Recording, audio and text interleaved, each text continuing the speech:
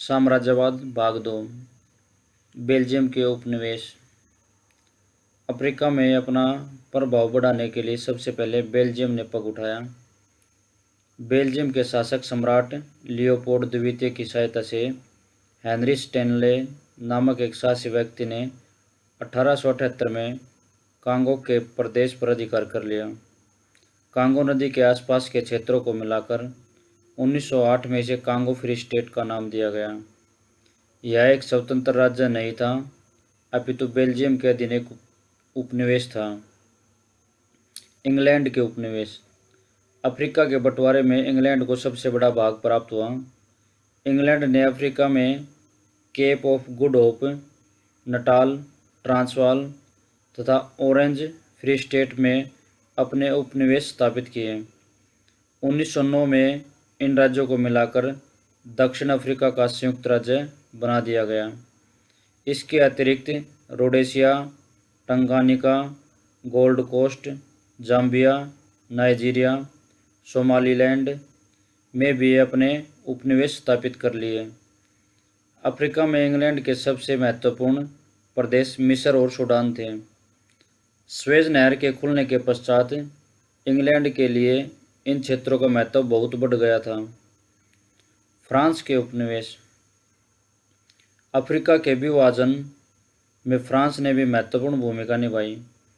France ने Africa में Algeria, Tunisia, Senegal, Morocco, पश्चिमी गिनी तथा मेडागास्कर पर अपना अधिकार स्थापित कर लिया।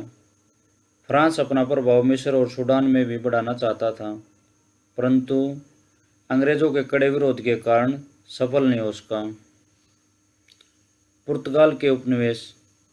बेल्जियम द्वारा कांगो पर अधिकार करने के पश्चात पुर्तगाल ने कांगो के निकट दक्षिण में अंगोला की बस्ती प्राप्त कर ली। पुर्तगाल ने अफ्रीका के दक्षिण पूर्व में स्थित मोज़म्बिक तथा उसके साथ के प्रदेश भी आसानी से प्राप्त कर लिए। इस उपनिवेश को पुर्तगाली पूर्वी अफ्रीका कहा जाता था। जर्मनी के उपनिवेश। यद्यपि जर्मनी का चांसलर बिस्मार्क आरंभ में उपनिवेशवाद की स्थापना के विरुद्ध था, परंतु जर्मन देशभक्तों, उद्योगपतियों तथा व्यापारियों द्वारा विवश किए जाने के पश्चात जर्मनी भी उपनिवेशवाद की दौड़ में शामिल हो गया। 1883 में जर्मनी ने दक्षिण अफ्रीका में कुछ प्रदेश प्राप्त करके अपना उपनिवेश बना लिया, जिसे दक्षिण अफ्रीका कहा जाने लगा। तत्पश्चात जर्मनी ने पश्चिम अफ्रीका में टोगोलैंड तथा कैमरून के प्रदेश अपने अधिकार में ले लिए। पूर्वी अफ्रीका में भी जर्मनी के जंजीबार तथा इसके पड़ोस का बहुत क्षेत्र प्राप्त कर लिया, जो जर्मनी पूर्वी अफ्रीका कहलाने लगा। इटली के उपनिवेश। इटली ने अफ्रीका में एरिट्रिया, सोमालीलैंड तथा लीबिया के प्रदेशों पर अधिकार कर लिया। अबेसिनिया से मिली पराजय के परिणामस्वरूप इटली का अफ्रीका देशों में फैलाव रुक गया। यद्यपि बाद में तुर्की से हुए एक युद्ध के पश्चात इटली का ट्रिपोली पर 1912 में अधिकार स्थापित हो गया। साम्राज्यवाद का प्रभाव। यूरोप में देशों का प्रभाव। जिन यूरोपीय देशों में औद्योगिक क्रांति आई थी, वे सभी देश अपने अपने देशों के कारखानों में बहुत अधिक माल बनाने लगे। इस माल को उन्होंने स्वयं उपनिवेशों में बेचकर अत्यधिक लाभ कमाना आरंभ कर दिया। ये कच्चा माल खरीदने लगे, जिससे सभी यूरोपीय देश व्यापार के कारण अधिक धनवान हो गए। दूसरा, यूरोपीय देशों में अधिक से अधिक उपनिवेश प्राप्त करने की होड़ लग गई। अधिक उपनिवेश प्राप्त करने की इच्छा के कारण इन देशों ने अपनी अपनी सेनाओं को अधिक शक्तिशाली बनाना आरंभ कर दिया, जिसके कारण सभी यूरोपीय देशों में आपसी द्वेष बढ़ गया और वे एक दूसरे के विरुद्ध दो गुटों में बंट गए। यूरोपीय देशों की आपसी शत्रुता का कारण ही प्रथम विश्व युद्ध 1914 से 1918 में हुआ। एशिया पर साम्राज्यवाद के प्रभाव। साम्राज्यवादी देशों ने अपने अधीन उपनिवेशों में पश्चिमी शिक्षा लागू की। सस्ते दामों में कच्चा माल खरीदना आरंभ कर दिया। निर्मित माल अधिक दामों पर बेचना आरंभ कर दिया। साम्राज्यवादी देशों के लोग अपने आप को सभ्य मानते थे। साम्राज्यवादी देशों के ईसाई प्रचारकों ने उपनिवेश के लोगों को बलपूर्वक ईसाई बनाना आरंभ कर दिया। भारतीय धन संपदा का निष्कासन। अंग्रेजों ने भारत पर अधिकार करने के पश्चात भारतीय धन अथवा संपदा का एक बहुत बड़ा भाग निरंतर इंग्लैंड जाता रहा, जिसके बदले भारत को कोई लाभ नहीं होता था। इसे आर्थिक दोहन या संपदा का निष्कासन कहा जाता था।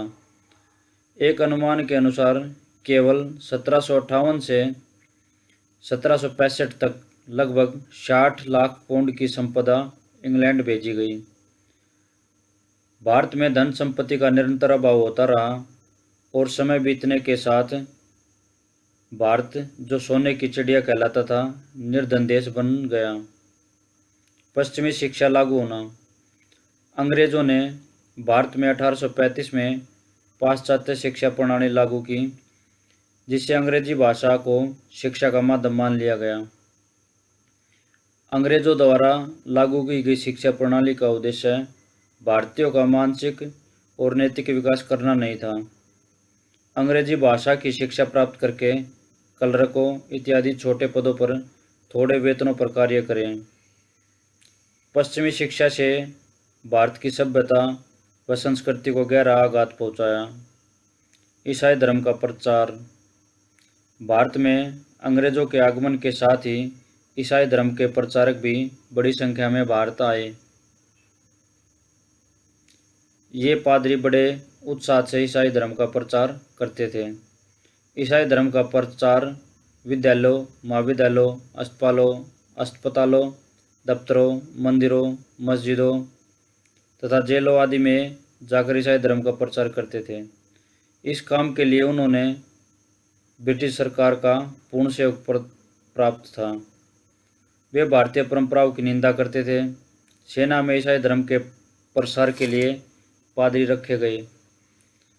एशिया व अफ्रीका के देशों के दोहन का प्रभाव आज भी इन महाद्वीपों के देशों पर नजर आता है। ये तीसरी दुनिया के देश अभी भी गरीबी व भूखमरी से लड़ रहे हैं।